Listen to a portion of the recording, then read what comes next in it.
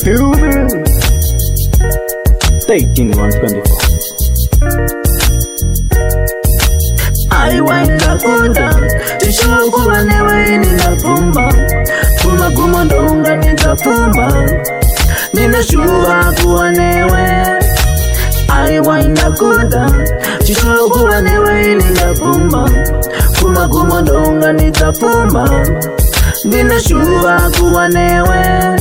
Tapindirana kunge ngoma nehosho zvandiri pada watove tove chikokoko zvauri chikadzi ndini nda tove chikono ndave student iwe ndiove chikoro zvauri zvese zvangu maiwe zvangu nadzwa kurova kehana payati pangu waseka tiri vaviri upenyu tindirese piri ndokutepenyedzwa kupfuura one dzimwe ndimi munzeve dzangu ndinonzwa zviri zvinhu zvizhinji wondibvunza neverini paticha yambuka mhiri nyika inorira shiri isina nhamo nematambudziko kana yemagonhindi isina ruzha nzara nehondo mambo vekondini uchinivimbisa chandudza kazevezeve voisi remakuhwa itaurira pasi vegodo vangakunzwa aiwa ndakunda tishukuva newe ndinapfuma kumaguma ndonga ndikapfuma ninashuva kuva newe aiwa ndakunda tishukuva newe ndinapfuma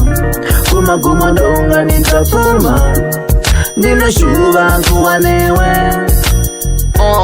zvatiri Jack na Rosie chidhakwa nekoti life at the age of 40 kana champagne nematotsi of course ndiri noti kusura muti usina rodzi ndapodza nanze rodi please famba toti ndashuva kuva newe chisidzo chemwoyo ndiwe magumo kwa zvose kuchava kuri ini niwe wondipa high five wondichoda paumanai ndotomuka zita rako ndichikuti tambudzai hazvina mhosva ndakanganwa ndakosha nditarisai hamuzadzataurai vana vamutema 9 chimbomisa vemakuhwa vangatotopedzera nguva kana kuticherera guva kunge nhabvo mugwanzura kugohwesa ndinokuda uchindudza zvaunoshuva zvechokwadi usakangano kuzondibvunza